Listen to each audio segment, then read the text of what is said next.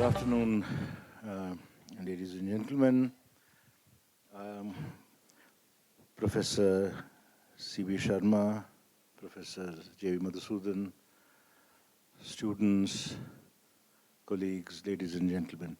Before I formally welcome the guest and all of you, may I request Professor Sharma and Professor Madhusudan to take their places on the dais.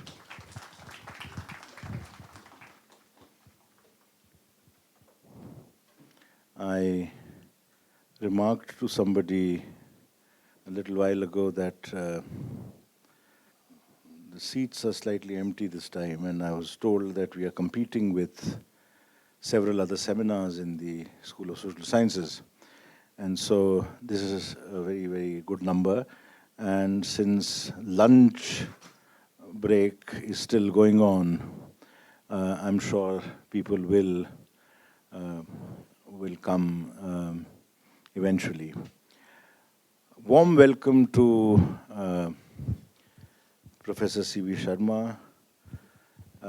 Thank Professor Madhusudan for suggesting that we get Professor Sharma to come and talk about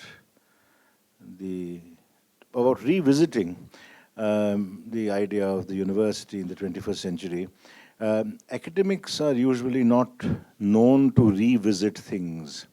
So when an academic revisits something, it's a sign of maturity, it's a sign of modesty, it's a sign of thought, it's a sign of wisdom. So I'm delighted that the topic is revisiting the idea, and I very warmly welcome Professor Sharma. When we met about half an hour earlier, Professor Sharma said to me, nice to see you again, and I looked very blank, which might be my normal expression most of the times, but I looked even more blank than usual. He then reminded me that we were fellow students in England almost 33, 34 years ago. So this is a fantastic occasion to welcome a fellow student. He's remained almost unchanged in every way, whereas I've become just better looking over the years. This is what time does to you. But the jokes apart, it's very heartening to welcome him, and I look forward to a very, very engaging, serious afternoon. May I now request Professor Madhusudan to introduce the speaker and request him to chair the session. Thank you so much, sir. Respected speaker, Professor C.B Sharma, sir, Professor Jyotirmaya Sharma, sir, Dean, colleagues from School of Social Sciences and colleagues from University of Hyderabad, students from various departments. So it gives me immense pleasure in introducing Professor C.B Sharma, today's speaker. We call Professor C.B Sharma privately, basically. Rather, he is Professor Chandrabhushan Sharma. It has been habitually we have been used to call him CB. So therefore, I did that way. Otherwise, Professor Chandrabhushan Sharma. He is basically Professor of Education. Currently, he is a Dean at School of Education at Indira Gandhi National Open University. Recently, he completed his term as a chairperson at National Institute of Open Schooling at Noida, Delhi. And he is otherwise also he is very popular amongst our education circle for being speaking openly and the kind of atmosphere he creates in taking along his juniors. He's very popular for that, and his contribution at NIOS is very well known to the country within the circles of education, especially for various reasons, especially for disabled and special education children. Special courses have been created. Otherwise neglected ITI courses have been also mainstreamed from NIOS. Many works have been done, and one very popular work that has been under his leadership was enrolling non-trained teachers in schools from various parts of the country. Around 12 lakhs teachers were enrolled to a diploma in elementary education program, which was very well recognized by the country. And he has been a very good student, very good teacher, very well read person, and his education ranges from IGNOU to Hull University, and is very humble in his approach, and openly at the same time he speaks openly also. And he has been into various statutory bodies, and his contributions, especially in the field of distance education and teacher education, are very well recognized. He is part of two important bills that have been submitted, and also he is well known for his work that has been since 2015 associated with NEP formulation. He was associated with various sub-themes and subcategories. And above all, he's a very good human being, and he talks from his heart. And when I approached sir, he said, definitely I would like to come down, and I'm thankful to our dean actually. It's a formality that we have to give few names, and I have given these names. But sir was in his approach is a true democratic, and he asked me, Madhusudan, if given chance, whom would you like to invite? Then I said, sir, I want Professor C.B Sharma to be invited, and he did not even look into other names. He decided on that. And thank you so much, sir. And today it's a part of this series. I must tell this, because of this initiative that has been taken by our dean. So many more things of this kind should come in our in coming days. And I should not be taking much time here on this, and I have introduced very less in saying, and he will be introducing himself when he speaks to audience. That is what I believe, and I take a small credit also introducing two fellow friends after 35 years. So that credit, let it remain with me, sir. Thank you so much. So with this, I'll hand it over to you, sir. Please, dice is yours, sir. Thank you, sir. Yes, sir, please.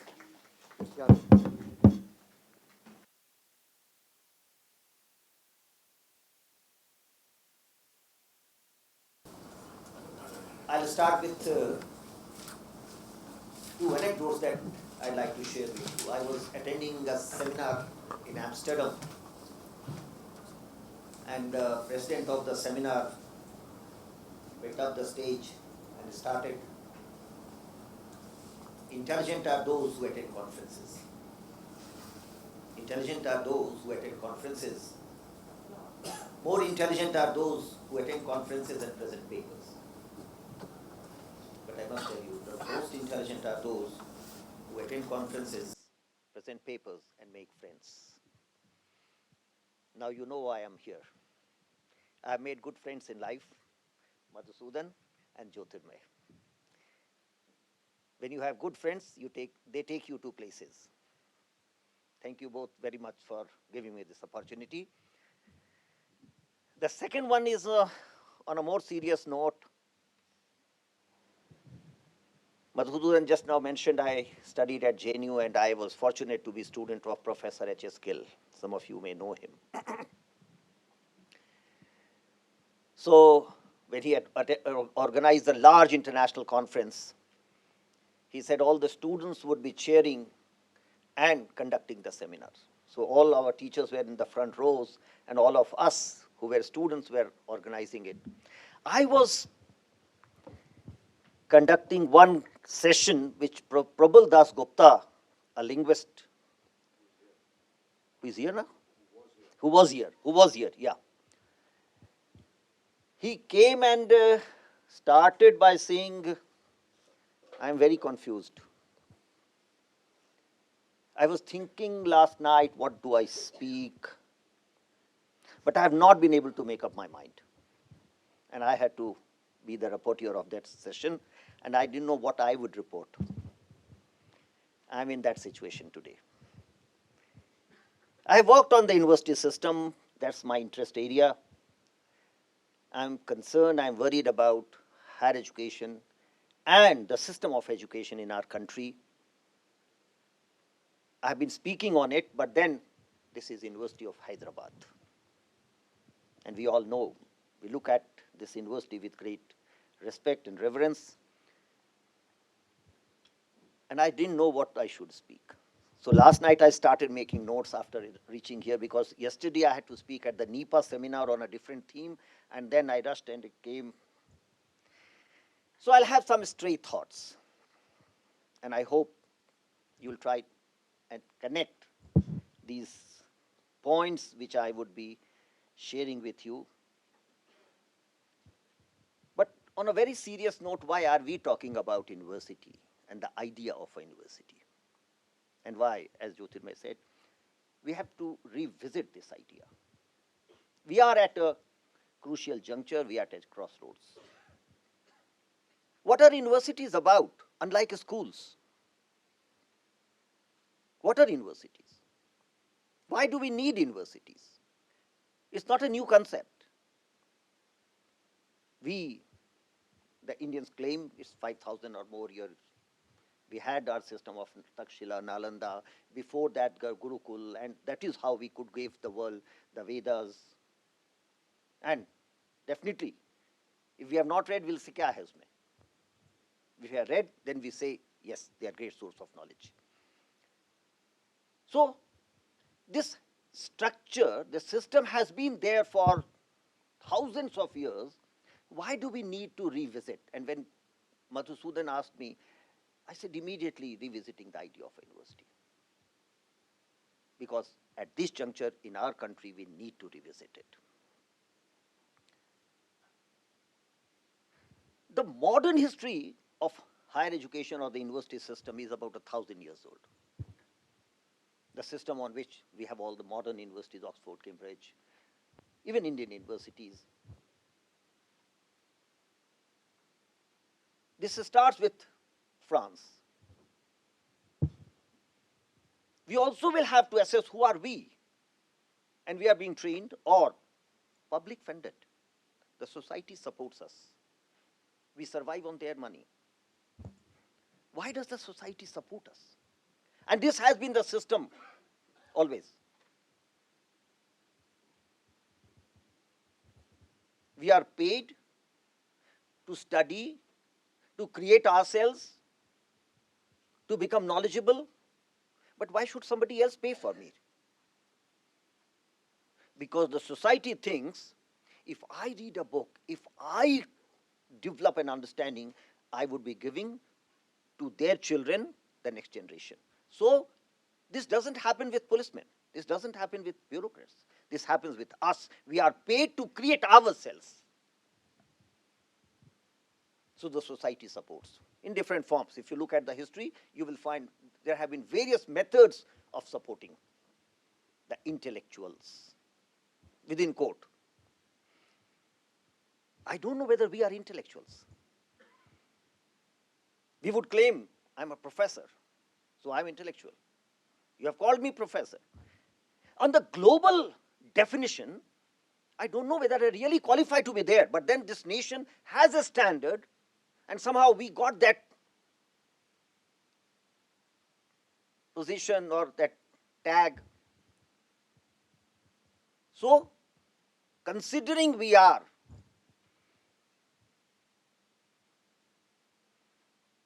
paid, we are supported by the society. But it just came while we were discussing in the dean's office with Jyotirmaya. There has always been a struggle, a tussle between various group sections to own this group. What will I speak today? How would it affect you? How would you change your thinking? Somebody is definitely concerned. The society is concerned. Sometimes governments are concerned. ये ज्योतिर्मय शर्मा कुछ बोल न दे, सरकार के खिलाफ न बोल दे, सरकारें न हिल जाएं. This has always been there, and that is why I am qualifying. There has been a constant effort to control this academia, the mind.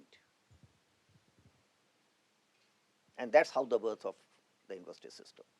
There are two power centers in society. One is the government, the state.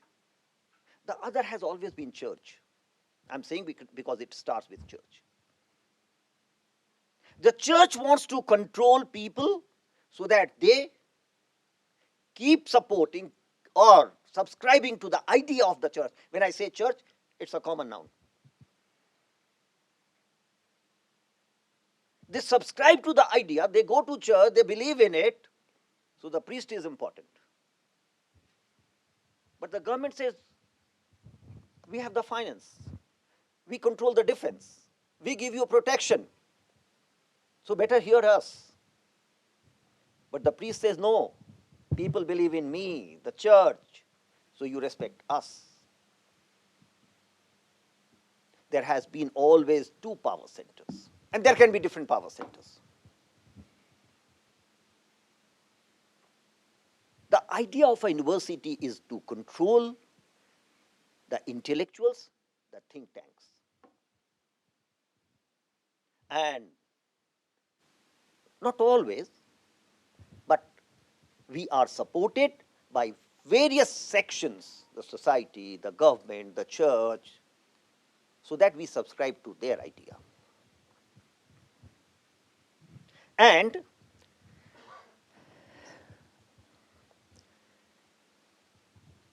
the modern universities, the institutions which generate ideas, are also, in a sense, a party or an agenda or a vertical to be controlled.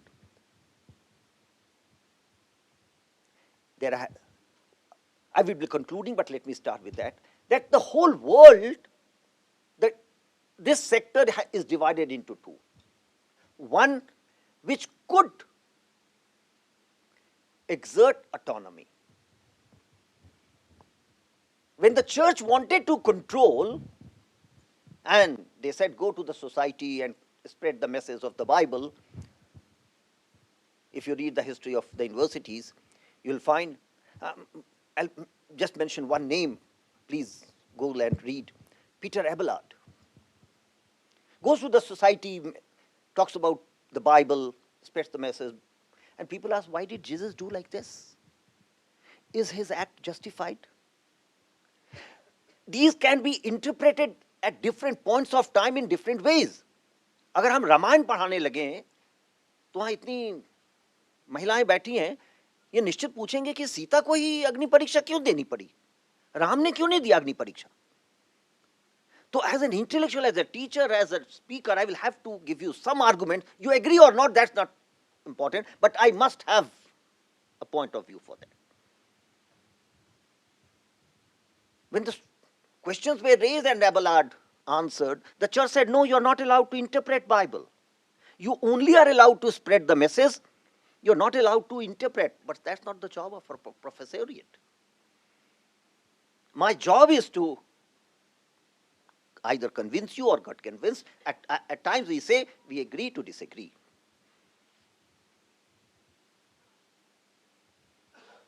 But this argument, obviously Peter Abelard said, and many like him, said thank you very much. They came out of the church, established their own institutions, and that's, in a way, the beginning of the university system. So, our gene, our DNA is autonomy. Dean साहब हमको नहीं बताएंगे क्या बात करनी है, इन्होंने पूछा भी नहीं, और ये पूछते तो मैं बताता भी नहीं. अगर ये पूछते कि भाई आप क्या स्टैंड लेने जा रहे हैं, आप मेरे यहाँ बोलेंगे कि नहीं बोलेंगे, तो मैं कहता थैंक यू वेरी मच, मैं आपके यहाँ नहीं आ रहा हूं, मैं क्या बोलूंगा वो मैं तय करूंगा. और आप मेरे स्टूडेंट इसलिए हैं क्योंकि आप में हम वही पैदा करना चाहते हैं कि आप ऑटोनमस हैं, आप किसी के द्वारा बायस नहीं है, you are not subscribed by anyone. That's university, that's the idea of a university. But just as the church wanted to control, governments would always like to control. Those in power would always like to control. No, you subscribe to our idea, my idea, our philosophy.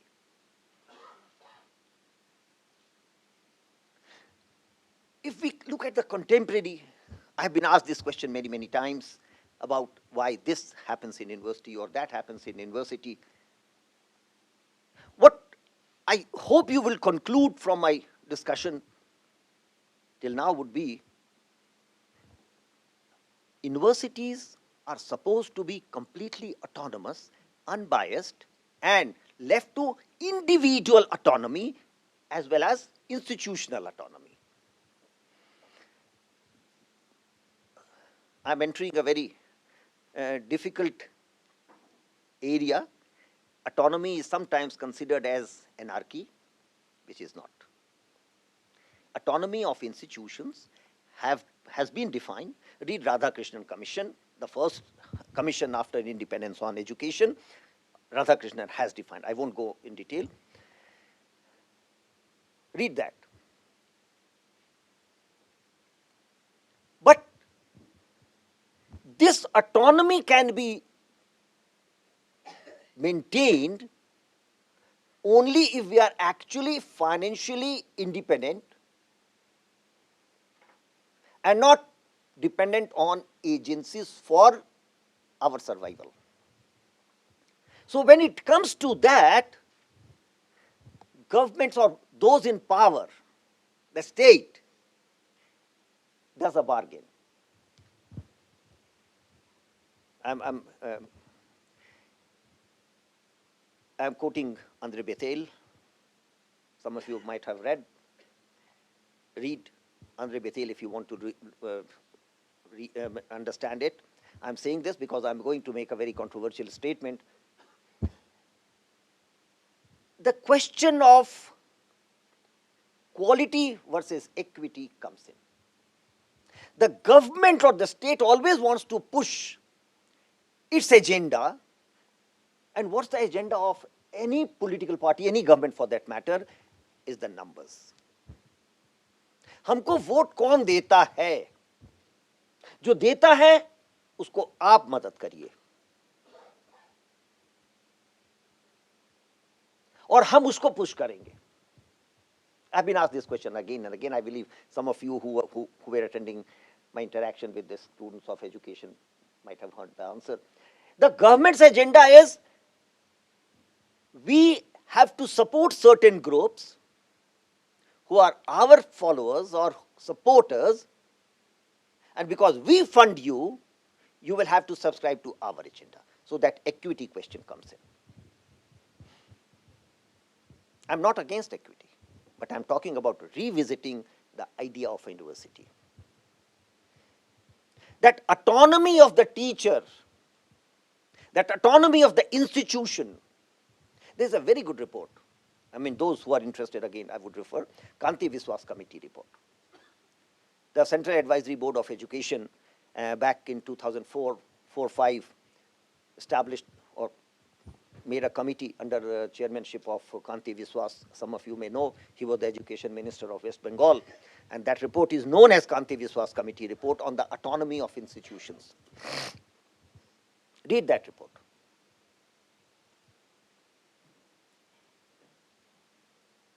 By the way, most of the things Kanti Viswas Committee report says, which is a government report, accepted by CABE, approved by the CABE, is not followed.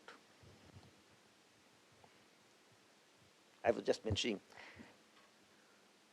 this is not in the mainstream idea, but I'll refer to Gajendra Gadkar Committee of 1969. Gajendra Gadkar Committee has made a very pertinent comment that when government doesn't have the intention to do something, it refers it to a committee, and that committee report is never implemented. And he makes this comment in the light that I hope the recommendations of Gajendra Gadkar Committee also doesn't meet the same fate, but it met the same fate. Government or those in power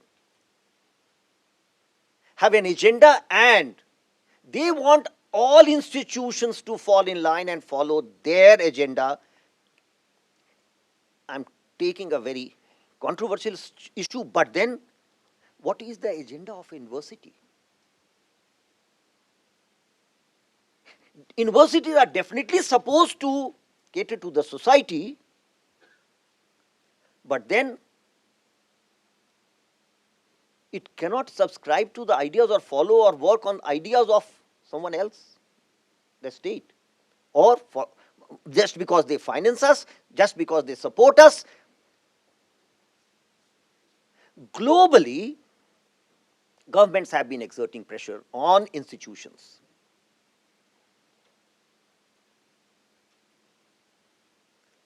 If we want to interpret the idea of a university in the present day context, we'll have to examine and find whether we have stuck to the original idea of the university. I've taken this phrase. There are n number of books, n number of articles on the idea of a university. So it's not something which I have coined. It has been in the literature of education, planning and policy.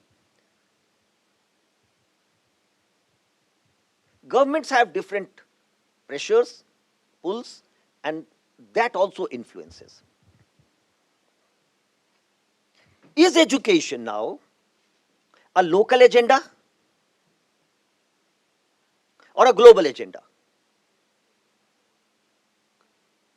I'm reminded of Nehru's first convocation address after the independence to Allahabad University, and he said, a university stands for humanism, for tolerance, for reason, for the traced with ideas and toy with innovations. Not exactly the same words, but ideas. To toy with ideas, to experiment with new ideas. You may be wrong, you may be right, but you have the right. You do it. So institutions are supposed to experiment with new ideas. But when you lose that autonomy, how do you do that? And if it's not decided on a global level, Vasudhaiv Kutumbakam, what you do, what you research, what you say, what you profess has to be globally true. It cannot be locally true. That's the university. We don't make local learned people. We make global learned. And that's only the definition of a learned, a university student. We have been saying the world is sinking. It's a global village. What makes this world a global village?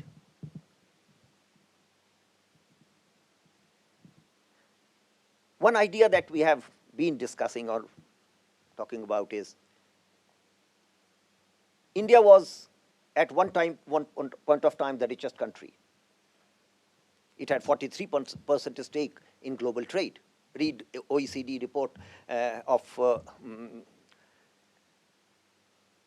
the world economy. The world economy, I think the name of the report is Anders Madison report. He says India had 43% stake in global trade. India was the richest country. And that was one reason, because all the countries of the world wanted to come here, establish, do trade, look at it, and slowly India became the poorest country, one of them. So don't think you survive in isolation. If universities and institutions make a society, a thriving society, a knowledge society, and that makes a country rich and powerful, you cannot survive in isolation. You will have to compete. It's a very competitive world as far as education is concerned, knowledge is concerned. When the British came, our stake in global trade was more than 27-28%. When they left, we had 1.7%. Because we converted from an industrial society and a knowledge society to an agrarian society. you are again progressing. You are again doing well. But there are other developments side by side. The technological development.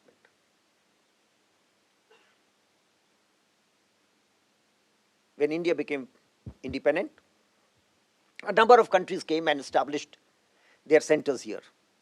I hope you know the history of IITs. Foreign countries helped us establish IITs. The first IIT was established with the help of the US government. The campus was sort of subsidized and donated. All the books in the library, including the curriculum. The first batches of IIT Kharagpur students studied was the curriculum which was taught in the American technological universities. 100% students went abroad. For n number of years. In fact, majority, only yesterday, someone who works on it gave the data. We export almost 5.5 lakh students every year abroad. We get about 47, 48,000 from abroad. 90% of those who go abroad don't return. 10% only returns. You are young, you may not accept, but then I must say, those who succeed in getting positions in these universities, those who succeed in getting scholarships are definitely better amongst those who are studying at universities, because we all compete for that. What was the reason that so many countries extended so many scholarships? Commonwealth, National Scholarship, Humboldt, Colombo Plan, British Council. When everybody knew these students who go don't return. Because the developing world definitely has as many good minds as the developed world. And universities churn them out. So if you get the 10% of the best minds of the third world, India, Pakistan, Bangladesh, Sri Lanka, who do they feed? You have California, Silicon Valley. Everybody knows. Most of those who contribute to the economy of California or the Silicon Valley are not Americans.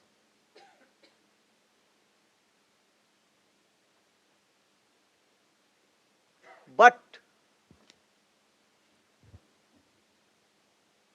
it has been understood now. When 90% of those who went abroad did not return, and they are there for 2 or 3 generations, they produce Rishi Sunak and Kamala Harris. At least 10 countries, yesterday this data was given, at least 10 countries have heads of states who are of Indian origin.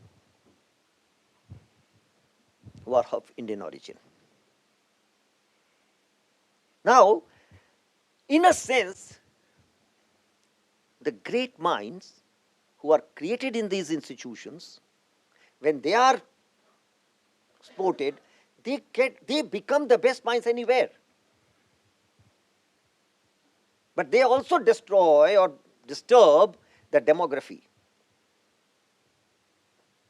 During the 1990s, we have seen, rather started in 80s and then 90s, the development of long distance communication, big database. And came the distance education, online education. And the definition of the university slowly started changing. भाई आने की जरूरत नहीं है, घर ही बैठो यहीं से पढ़ा देंगे.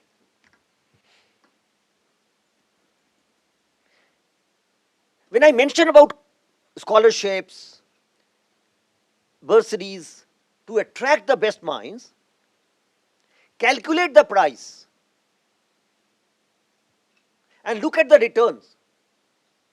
The cost of a scholarship is nowhere comparable to the return these scholars gave to their destination countries.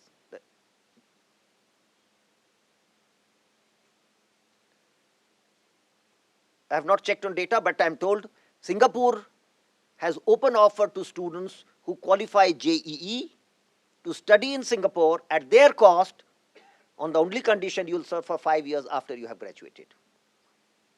That means the cost of education is negligible if you can serve for 5 years.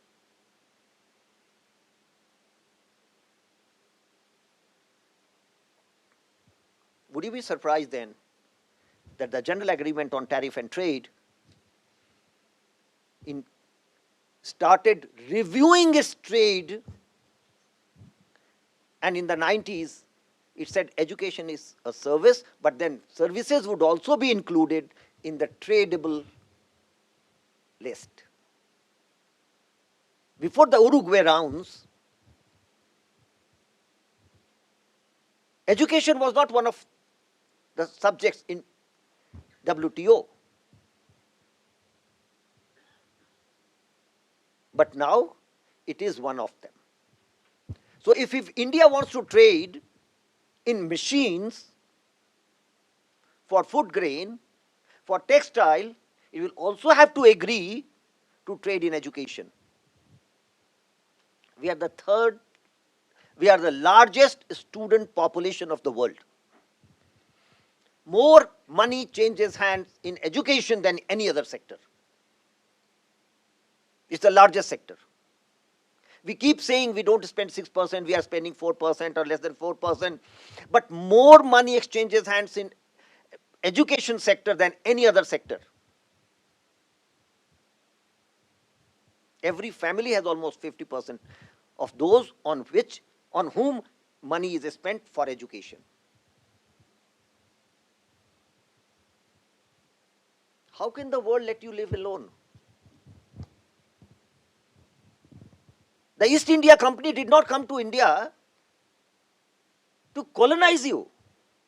It came to make money. I have recently read the book, The Anarchist, by Dalrymple, and he gives very good data.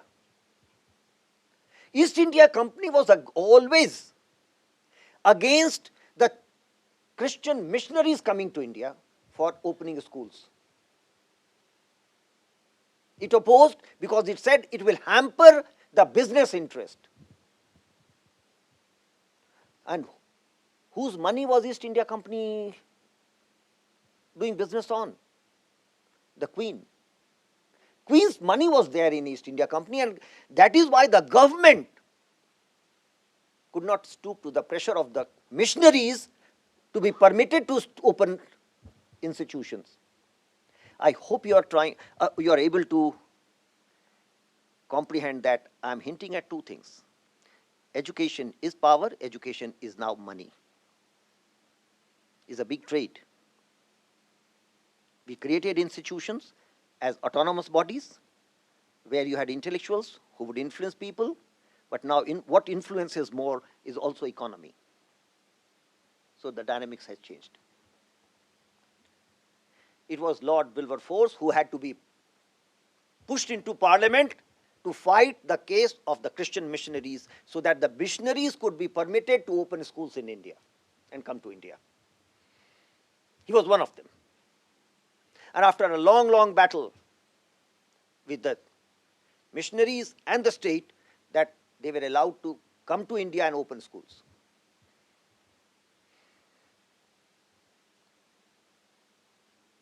Now, the super structure is the WTO. So WTO wants that the doors for institutions, agencies be open to all countries, especially third world, the developing world where you have more numbers, so that it can be converted into a business.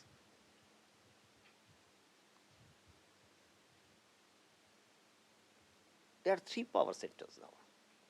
The state, but a state has to subscribe to the WTO. It's a super government. 164 countries in the first go had signed the WTO on education services, and one of the conditions is that if you subscribe to trade in industry, fabric, machinery, you will also have to subscribe to education. You cannot keep education out within 6 years. You have your elections. One party goes off power, another comes into power, they give their own agenda. How can one party say that no, no, no, we will throw out WTO? You cannot now. That's a global agreement. तो ये जो पार्टियां election लड़ रही हैं वो लड़ रही हैं या WTO एक सुपर स्ट्रक्चर दे दिया है already. The agenda of the WTO on education will have to be followed by all governments XYZ, whatever the ideology, whatever the backgrounds. And what is that agenda? The agenda is business. It's big money.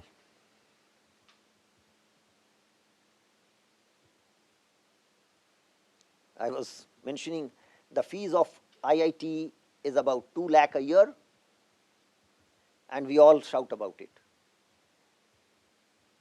I guess in the last 15 days there have been agitation in many universities because the fees were raised by 50 rupees.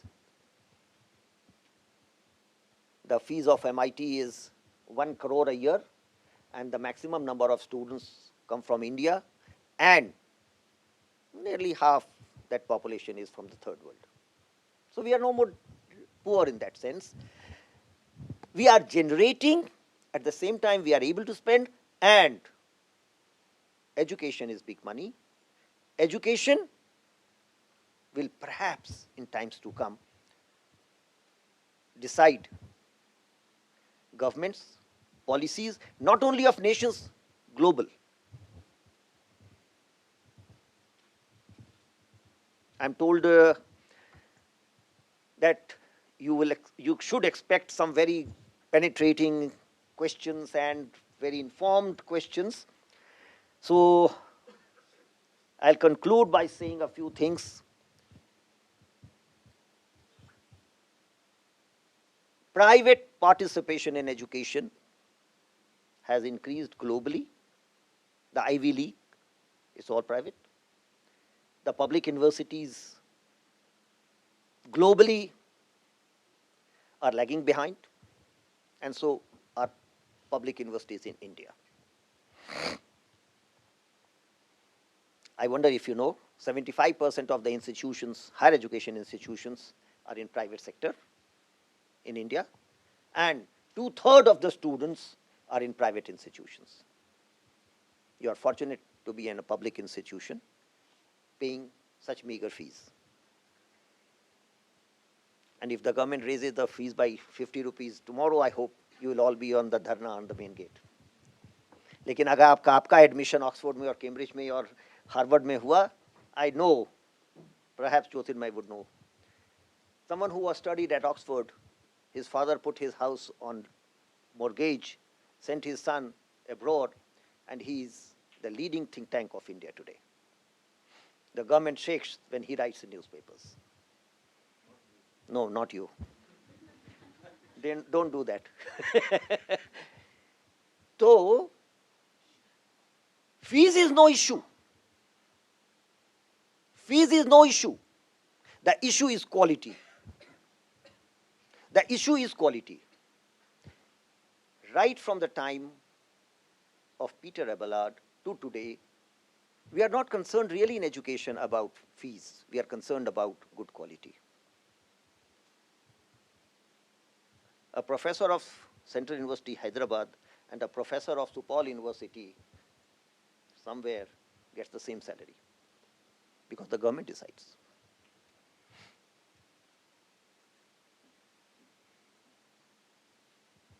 How are we distinguishing scholarship?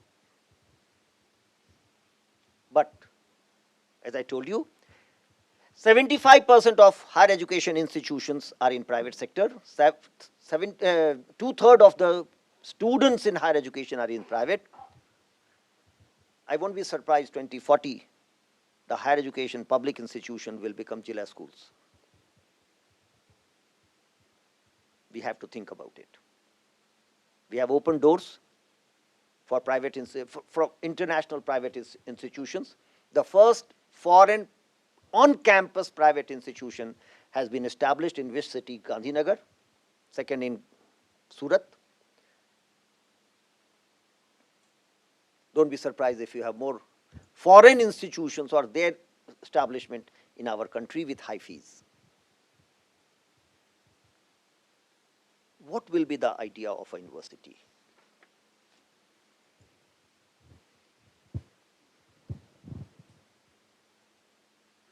The universities in the prosperous, affluent countries, the universities in the third world. Quality will definitely distinguish.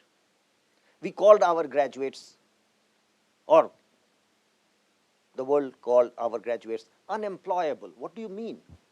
A graduate is a graduate is a graduate. That's how a graduate is defined globally, a graduate. But we have different types of graduates. So when you have foreign universities, would you be able to compete? The rich universities, the high-charging universities, and the low-charging universities, the public universities, the private universities, the employable universities, the unemployable universities, the graduates.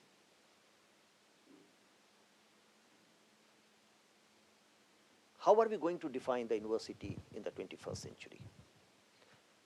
The W2A has decided or made it sure it can be cross-border education. So our countries cannot now say that no, because you studied from Oxford off campus and you never met your professor, that doesn't make we won't accept your degree. You will have to accept. Your government has signed WTO. We are bound by that. A graduate is a graduate. So you are a graduate from X or Y. I have my own house at London. We have a full-time servant. And C is a graduate of A++ University from India. C is a graduate of A++ University. That's the NAC grading. C is a full-time maid for my house. Do you think the world doesn't know? Do you think the world doesn't know what sort of grading are you giving? So A++ means nothing for the world. You may be happy, khush rahiye, A++ deke. The world is a global village, everybody knows. We wrote a line in our policy, 15.2. 10,000 colleges sell degrees for no teaching learning. Padhiye, policy ja karke. Do you know the implication? A number of students had to come back and ask us, sir, my university is asking, I'm employed there. Are you from one of those colleges or are you from one of the colleges which gives degree on education? We have that numbers. I think I have covered a couple of areas. We have the numbers. We also have the money. We also have institutions.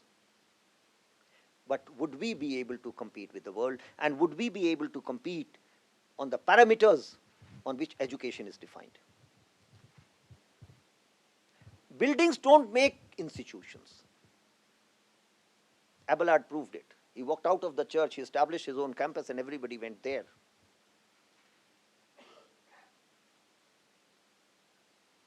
It hardly matters where you sit. So buildings don't make institutions anymore. It's online. It's long distance. Libraries also don't make institutions. We used to say in the 80s and 90s, university means good library, good labs, good professors, good facilities. It doesn't matter anymore. Whether you have a building or not, campus or not, a professor sits at X place, lectures online, and you study. You have the books online, you read them anywhere. And you are ready to pay anything. I was just mentioning, I'm told a professor of MIT delivers 2 lectures a year for $1 billion.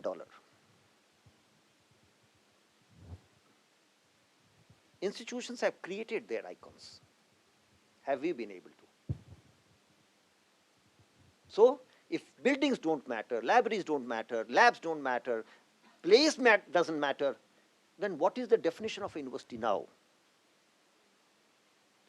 जो हमारा original था उस पर लौट जाइए. The graduate only said, मैं पाणिनेय हूं, मैं द्रौपदेय हूं, मैं पाणिनि के चरणों में बैठ के पढ़ा हूं, मैं पाणिनि से सीखा हूं, इसलिए आप मुझको मान सकते हैं कि मैं पढ़ा लिखा हूं. That is why you say, I am a Genuite, I am an Oxfordian. आप क्या जाके बोलेंगे? मैं सुपौलियन हूं, मैं भागलपुरियन हूं. I am a graduate of Bhagalpur university. आपने अपने आइकन्स बनाए नहीं, और आइकन्स ऐसे भी ध्वस्त हो गए. बिल्डिंग्स का कोई मतलब नहीं है, और आपके प्रोफेसर्स ग्लोबली नहीं जाने जा रहे हैं, क्योंकि आपने उनको ग्रो करने का मौका नहीं दिया. On the sidelines, I will ask, and I have asked, I mean, there are more students here. I normally lecture to teachers. पिछले 3 साल में कितनी बार विदेश गए हैं अटेंड करने के लिए सेमिनार? कितने नेशनल सेमिनार अटेंड किए हैं आप? कितने लोग आपके यहाँ बाहर से आकर के आपसे बात किए हैं? That makes an institution. These are ingredients. ऐसा मत बोलिएगा कि अंग्रेज प्रोफेसर ही केवल प्रोफेसर होता है, उनसे बात करने से बदल जाएंगे. नहीं, उनसे बात करके बदलेंगे. पहले उसको एक्सपीरियंस कीजिए, फिर बोलिएगा. So we are not doing that. We are not doing that. We need to do that. I'll conclude by saying the universities are no more campuses. The universities are no more libraries. The universities are no more collection of people. Because we know Naimisharanya. जब महाभारत हुआ, उसके बाद सारे ज्ञानी नैमिषारण्य में बैठे साल भर तक कि ये जो विध्वंस हुआ इसको ठीक कैसे किया जाए. अब उसकी भी जरूरत नहीं है, आप जगह जगह बैठिए, ऑनलाइन बात करिए. But have you done that? The classical definition of university और the idea of university is under question. But the alternatives we have not created. Perhaps in the 21st century, more of us would be looking towards those knowledgeable people. I'll end by saying I started with an anecdote. I was fortunate to hear Ferguson speak at Jawaharlal Nehru University. And he told us, fortunate are those who could sit at the foot of those who are learned. No less fortunate are those who could sit at the foot of those who sat at the foot of the learned. Grab your chance to sit at least at the foot of those who sat at the foot of those who sat at the foot of the learned. Do you have that opportunity? No. Or yes, I won't answer. But then the internet is the answer. The modern universities are the answer. Don't think if you are in Hyderabad Central University, you are at the best place. You need good academics. You need good research. India's contribution to global research is 3.5%. America contributes 50% every year. Where are you? Where are we? And the future is of knowledge society. If India again wants to be part or be contributing 43% of the global trade, it will have to create those icons on which you will have to work, on whom you will have to depend. You are not creating that. Universities are individuals. Universities are now think tanks, the minds. You will have to create that. Don't create campuses. Don't create buildings. Create human beings who will be known in the future as Panini. Thank you all very much for this time. I'm so very grateful. Thank you so much, sir. Now I request audience to have any interactions, questions. So our volunteers will be helping you. Good afternoon, sir. Sir,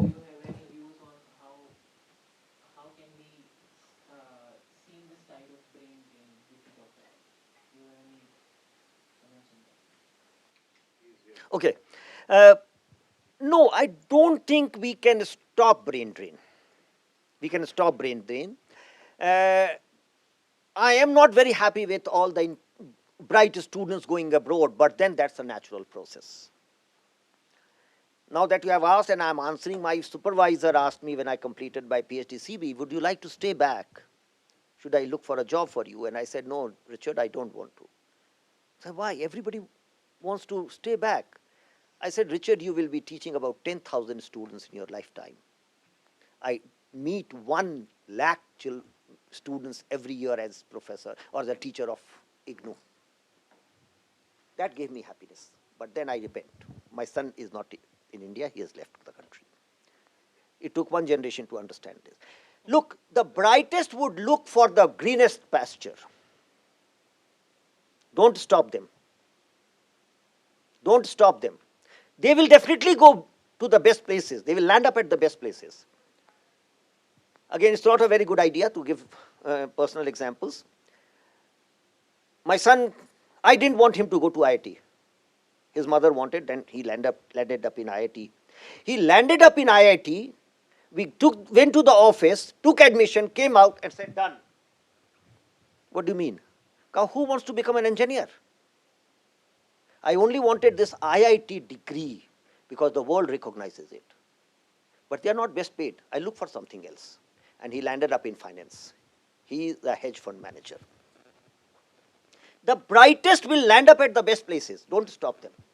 You create situation that your bright students stay back. Your bright teachers stay back. Why is Sudipto Kaviras not in India today? And n number of them. Why did your academia let them go? And then you create a Gyan to attract foreign professors? What will Gyan do? I hope you know about the Gyan project of Government of India. My view would be, let the brightest go to best places. You won't be able to stop. Create situations that they stay back. No, that's not my job to do, say. That's the government job to work on it, to come up with plans and implement it honestly. Implement it honestly. I will repeat 3rd time, implement it honestly. Read again Gazette Committee. हम अच्छी बात बता देते हैं सरकार को, सरकार एकदम उल्टा काम करती है. और आज की सरकार नहीं, जब हम ऐसी बात बोलते हैं तो लोग ऐसा मानते हैं हम आज की सरकार के बारे में बोल रहे हैं. सरकारें. I was just talking to my students in Department of Education. 1937, Gandhi said so many things about primary education. The first commission after independence is on higher education. So all that reports of the Congress, the organization, not the party, for primary education was a humbug. आपका कोई विचार नहीं है करने का, आप political agenda करते हैं एजुकेशन में, तो आपको वही मिलता है कि आपके बच्चे बाहर जाते हैं. और आप उसको नहीं रोकिएगा तो नहीं बदलेगा देश. और इसीलिए जरूरी है आपको यूनिवर्सिटीज को बदलना. आई am not talking for my self. I am retiring. I am going out of system, so you cannot give me anything, and that's why when I say I am credible, you can believe me. आप अपने intellectual teachers को रोकिए, उनको grow करने दीजिए, उनको बनाइए, और ये एक क्रॉस आइडियोलॉजीज काम करेगा. हम जब आज बोलेंगे तो तुम सोचो अच्छा सरकार के खिलाफ बोल रहे हैं कि सरकार नहीं, बिल्कुल नहीं. हम बिल्कुल एकेडमिक हैं और यूनिवर्सिटी पर काम करते हैं, सिस्टम पर काम करते हैं. सिस्टम नहीं बनेगा जब तक आप individual autonomous teachers think tanks नहीं बनाएंगे, और वो आपको अच्छी बातें नहीं बोलेगा. सचिव वैद्य गुरु 3 जो बोलहि प्रिय भयास, राज धर्म तन तीर कर हो ही वे गही नास. हमसे अगर एक्सपेक्ट करते हो कि जय सरकार करें, तो तुम्हारी सरकार भी जाएगी और हमको भी सत्यानाश करोगे. हमको बोलने तो जो बोलते हैं, निंदक नियरे राखिए आंगन कुटी छबाए, तभी हम प्रोफेसर हैं. Oh, good. Sir, I have a question, sir. You were talking about quality, sir. The quality that those colleges provide, sir. So how are we going to implement those qualities, sir, in our university, sir? And what are those qualities, sir? There can be a long answer. I'll just tell you what you do. there is something like a QAA, Quality Assurance Agency. Quality Assurance Agency, and it's a British organization, and you have NAC, National Assessment and Accreditation Council. इन दोनों के जो scale है ना, उसको उठा के देख लो, खत्म. नहीं, हम उस पर कुछ नहीं बोलेंगे. आई am not government. Sir, but we are future educators, sir. We need to implement those qualities, sir. For that, my question, my answer or my take is, you cannot change it tomorrow. But why have I come and why am I talking? Change you. इनसे तो आशा नहीं है अब. हम तो जो करना था सत्यानाश कर दिए देश का. आशा तुमसे इसीलिए आए हैं कि अगर तुम में से 5 को हम बदल के जा सके, if I could convince 5 of you, look, if we destroyed your universities, we have played our game. It's for you to create it, to recover. Right? So, till you play in the hands of those who want to exploit you, you'll never get anything.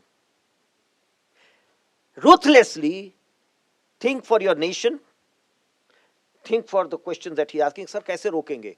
तुम बताओ कैसे रोकेंगे? 18-year-old told me when he entered IIT, who wants to study IIT? And I'll give you another example. He has a very good friend who is son of a justice of Supreme Court. He's a lawyer. उसको पूछा, I met him, I said, कहाँ से पढ़े? कहा, uncle हम IIT Delhi पढ़े. हम कहे, तुम तो lawyer हो? कहा, हाँ. I was son of a leading lawyer, so I have met all leading judges and lawyers. If I became a lawyer, everybody would have told me, करे ये तो बाप से विरासत में मिली. So I had to prove myself, and I said, no, I'll first take an IIT degree. The nation would trust. No degree is trusted. I was telling, तुम भागलपुर से हो. जब मैं फर्स्ट क्लास फर्स्ट किया, तो लोगों ने ये कहा कि फलाने कास्ट के हैं, फलाने बाबू के बेटा हैं, इसलिए ये फर्स्ट कर गए. हमने कहा इस राज्य को छोड़ देना है. मेरे पढ़ने का कोई मतलब ही नहीं था. तुम क्या समझती हो कि तुम हैदराबाद सेंट्रल यूनिवर्सिटी से डिग्री लेके आओगी, तो इंटरव्यू जब दोगी जॉब के लिए, तो हम क्या कहेंगे? अच्छा, तुम्हारा हेड कौन था? हाँ हाँ. तुम्हारे कास्ट का था क्या? तुम्हारे राज्य का था क्या? पूरे देश की डिग्रियों को तुमने यही कर दिया है. I am happy youngster agree with me. संभालो उसको बेटा, ये तुम्हारे लिए है. मेरे परिवार का सब लोग छोड़ दिया, हम अकेले बचे इस देश में. I hope you understand the pain that I am expressing. Somebody wants. Hi. Thank you, sir. There's some sense that we can make from the whole talk. But what stuck with me was you saying that the internet is a lot of answer, and I just googled the figures that if you see that the gross enrollment ratio in higher education that we have is actually at that's what the AISHE says, that 27.1% in 20 and 21. Which is below the lower than the global average of 38%, right? So we have a very a kind of a shameful figure of higher education rates.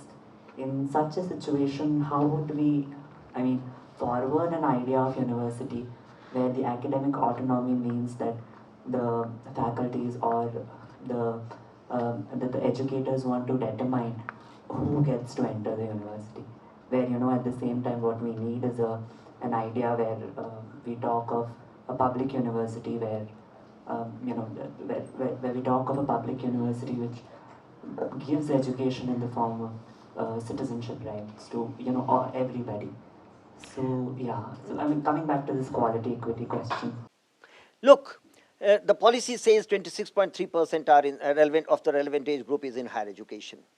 And it also says that we need to increase it to 50% by 2030, 2040.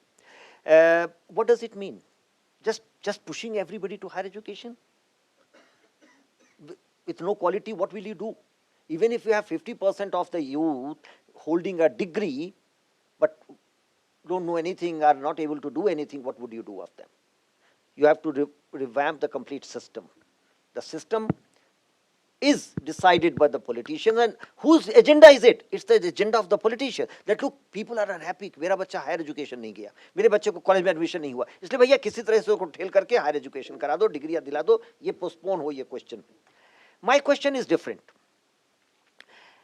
Radhakrishnan Commission had rightly pointed out right at the beginning, after independence, that look, you cannot make a change in higher education unless and until you change your school education. Till 1919, till you had the Jomtien Conference, organized by the World Bank. What was the interest of the World Bank? Nobody was borrowing money, so the World Bank organized this and pushed countries, borrow money and improve your primary education.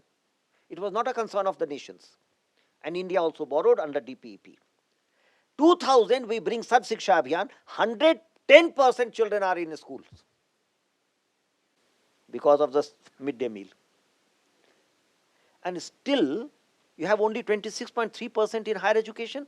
Where did the children go? The result, my conclusion is, the result of school education is 74% fail. We gave you 100% children, and you could only successfully push them to higher education, only 26.3%. Right? Should it be a concern of the nation? What have we made? What changes have we made in school education? School education, unlike higher education, is completely under government. There is not a single statutory body for school education which can take autonomous independent decision. The central minister happens to be the chair of NCRT, of CBSE, of NVS, of KVS. The state minister for education happens to be a chairman of the school board. Governments have failed. It's not their concern. I was in a conference only 2 months back in Bangalore, and I asked the Minister for Education, you don't care about school education because they are not your voters. School children are not voters. Who cares for them? गेहूं बांटे तो vote मिलेगा, बच्चों को पढ़ा के vote थोड़ी मिलना है. ये हम और आप बात करेंगे, और हम आप बात नहीं करते हैं. Ask the governments to withdraw from school education. Let there be a statutory body independent of the government and politics of ministries, and you will see the transformation. Till you follow this process, you will never be able to do. There is not a single statutory body in school education. The ministers, the governments. And what happens? 2000, the nation came with a national curriculum framework. Real first national curriculum framework. Before that, NCRT used to come. 2004, the government changed. The life of a national curriculum framework is 10 years. The new government said, we don't agree with this. We'll come up with a new national curriculum framework. Clearly meaning that national curriculum framework was a political agenda. Till you keep writing political documents for education, school education, you will never be able to change your schools. अब इसको ऐसे मत interpret करना कि हम आज जो सरकार है उसके खिलाफ बोल रहे हैं. नहीं, बिल्कुल नहीं. हम बिल्कुल बच्चों के लिए बोल रहे हैं. आई लिव चिल्ड्रन, इसीलिए हम एजुकेशन में हैं. I am not a student of education. I did English honours from Bhagalpur, linguistics from JNU, but I saw ये दोनों हम समाज को कैसे बदलेंगे इससे. That's the gift of JNU to me. कि JNU जाके हमको लगा कि यार हमारी सार्थकता क्या है अगर हम समाज को कुछ नहीं दी. हमने कहा ना, ये इंग्लिश पढ़ के कुछ नहीं होगा, लिंग्विस्टिक्स पढ़ के कुछ नहीं होगा, समाज में जाके ग्राउंड में जाके काम करना है. तो तय किया पॉलिटिशियन बनेंगे, नेता बनेंगे, मंत्री बनेंगे, पॉलिसी चेंज. लेकिन वो पता चला कि नहीं होगा भैया, उसमें तो मसल पावर चाहिए, मनी पावर चाहिए. तब कहा सोचे कि चलो टीचर बन जाते हैं. इसीलिए पॉलिसी पढ़ रहे हैं. It's my third discipline. And thanks to foreign education that I could study education. I couldn't have studied education in India. क्योंकि आप कहते हैं आपको मास्टर्स उस डिसिप्लिन में होना होगा तभी आप आकर के पीएचडी करेंगे। हमको हल ने बुलाया, कहा कि अपना आप आइए और अपने को डिफेंड करिए। आप क्यों करना चाहते हैं एजुकेशन में काम? हमने कहा इसलिए इसलिए इसका क्या डेटा है, ये डेटा है, ये कैसे काम करोगे, ऐसे करेंगे। So I was admitted to MPhil and in my first presentation the department said no he is good enough to go for direct PhD, let him go for direct PhD। ये आप कर सकते हैं क्या? कहाँ है ऑटोनॉमी आपके institution की, कहाँ है ऑटोनॉमी सिस्टम की, कहाँ है ऑटोनॉमी स्कूल की? I want to change in school education, लेकिन मंत्री जी को वो बात नहीं समझ में आती है। अगेन धर्मेंद्र प्रधान मत बोल देना तुम, I am making common noun. When I say मंत्री, I am not making proper noun, I am making common noun। सब मंत्रियों के लिए ये बात है। तुमको देश को बदलने के लिए स्कूल एजुकेशन को बदलना पड़ेगा, वो इंडिपेंडेंट होना होगा, वो नेशनलिस्ट होना पड़ेगा कि केवल बच्चों के हित में सोचेंगे कि बच्चे को कैसे ठीक पढ़ाई मिले। जब तक वो नहीं करोगी देश नहीं बदलेगा, नहीं होगा। I hope I have answered your question. Thank you. Sir, in your lecture, you have just mentioned about the foreign universities in India. So I am from Kerala, and it's a big hot topic in Kerala because recently the government is trying to bring a law which allows the functioning of private universities and foreign universities in Kerala. Till now, there is no private universities or foreign universities in Kerala. But now the communist government till the last year, they were strongly opposing the functioning of foreign universities and even private universities in the state. But now they have changed their policies and now they are going to allow the private universities and even foreign universities to function in the universities. There are a lot of people who strongly oppose this move. I want to know your take on the functioning of foreign universities in our country. See, the overarching argument would be I would permit anybody. Why? Because I like to promote competition. I like to promote competition, whether it is foreign university, whether it is private university, whether it is public university. If I had to decide, I would say let anybody do it. क्यों नहीं? But are we ready to compete? I have looked at Kerala universities, I have looked at the government versus the governor debate, and I have also written on that. Let it function autonomously. I am sure it's not the government's job to run universities. It's not the government's job. What is the government's job? What is the job of the Prime Minister, the minister, the politicians? Their job is to win people, get their votes, and remain in power. Am I wrong? Then what would they do? कि हम education minister हैं तो हम अपने department को कैसे use करें कि हमको वोट मिले और हम गवर्नमेंट में रहें? I justify it. I'm not against it. What is our job as teachers and academics? That we should explain this and pressurize the government, leave education alone. What is best for education? Do that. So don't oppose private, don't oppose foreign, insist on quality. And why I'm saying it? ये term थोड़ा, I'm a strong nationalist. With 35 crore children in school, more than the population of America. Do you realize what we can do? If 10% of these 35 crore children are given the best support, nobody can compete, no country can compete with us. लेकिन politics करके education में हम सभी बच्चों का सत्यानाश कर रहे हैं, देश का सत्यानाश कर रहे हैं. You had better capability. ना तुमको हम अच्छे टीचर प्रोवाइड किए, ना तुमको हम अच्छे लाइब्रेरी प्रोवाइड किए, ना तुमको अच्छी फैसिलिटी प्रोवाइड किए, और अब कहा कि यार तुम कोई काम के लायक नहीं रहे. मेरा कहना होगा, don't oppose any. Let government compete. If government wants to open universities, compete with private. 16 professors from Delhi University migrated to Ashoka University in 2018. क्यों? They gave 2.5 times the salary they were getting in Delhi University. हमको बुलाया नहीं, हम भी जाते भाई। हंसते क्यों हो?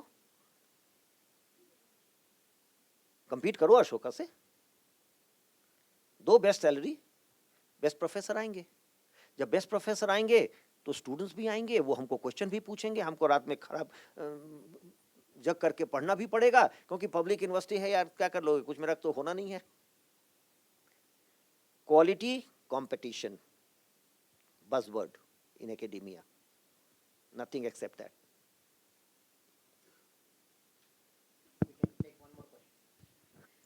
Thank you so much for the lecture, sir. In recent times, the government has been trying to promote manufacturing and sort of revive industrial output in this country. To that end, to what extent do you think our ITIs and other such technical institutes are equipped in terms of capacity or quality to support such outcomes? What would be your take?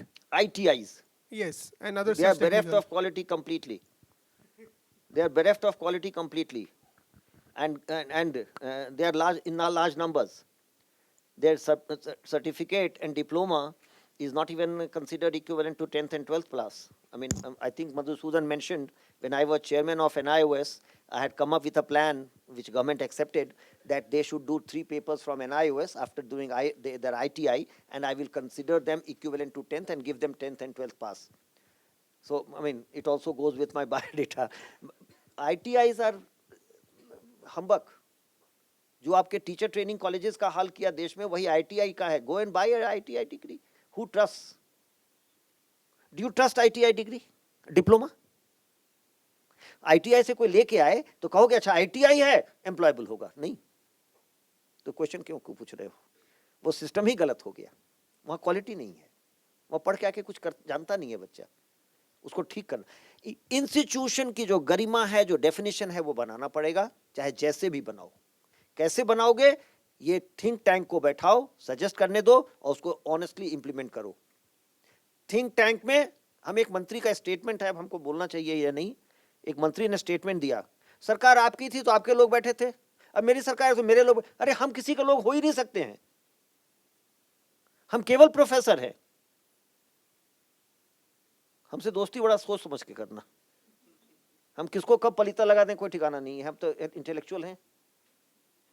लेकिन ITIs completely bereft of quality है. Colleges, teacher training colleges completely bereft of quality हैं. और जब आपका आधे teachers निकल रहे, 18,000 colleges थे, 10,000 डिग्रियां बेच रहे थे, पॉलिसी कह रहा है, तो कौन टीचर स्कूल में पढ़ा रहा है, सोच लो. और जब वो टीचर होना डिजर्व ही नहीं करता है तो वो पढ़ा क्या रहा है, तो बच्चे क्या निकल रहे हैं, फिर ग्रेजुएट क्या होंगे. I am so very grateful to the university of Hyderabad, dean, my friend Madhusudan, for giving me this opportunity. You are all very young. The nation is in your hands. हमने क्या किया अब इस पर मत सोचना. हम क्या कर गए देश का वो मत पूछो और उस पर क्रिटिक अब मत करो. समय है, तुम में इतनी ताकत है, इतना पोटेंशियल है कि तुम कुछ भी कर सकते हो. लेकिन हम में वो दिमाग है कि तुमको कैसे मैनिपुलेट करके अपने एंड के लिए यूज करें, वही करा रहे हैं. उससे बाहर निकल आओ, इंडिपेंडेंटली सोचो, अपने लिए सोचो और देश के लिए सोचो. Thank you very much. Thank you so much, sir. Now, may I request Dr. Ravala Krishnaya to propose vote of thanks. Good evening, all. So I feel it great privilege to propose vote of thanks. So on behalf of myself and the Department of Education, Education Technology, School of Social Science and University of Hyderabad, so I would like to extend my sincere gratitude to our esteemed speaker, Professor C.B Sharma, who gave wonderful and enlightened talk on revisiting the idea of universities in the 21st century. So thank you, sir, for your expertising, because sir has a very rich experience. He was traveled many countries. He visited many universities. So thank you, sir, your expertising and your perspective towards the future universities in the 21st century. So truly enriched and enlightened and our understanding of our students. And also I special thanks to Professor Jyotirmaya Sharma, Dean Faculty of Social Science, and Professor J.V. Madhusudan Joshi, Head of the Department of Education Technology, for his support throughout this distinguished series lectures. It's a great golden opportunity in the occasion of Golden Jubilee of our university, because we have such a great people. Thank you, sir, and a special word thank to all attendees who are participate in this program. And also I extended my special thanks to faculty members from different departments, and students from different department and schools. Special thanks to Professor Muhammad Siddiqui Muhammad and Shaheem, Department of Education, and Mustaq Patel, and other faculty members from Manu. They are our neighbor university. Just we extended invitation to them. Out of their academic bent of mind, they attended this lecture. So thanks to everyone who attended, and also a special thanks to people who are directly, indirectly supporting this great event. Thank you one and all. So outside, we will provide tea and snacks. So please, so all should, everybody.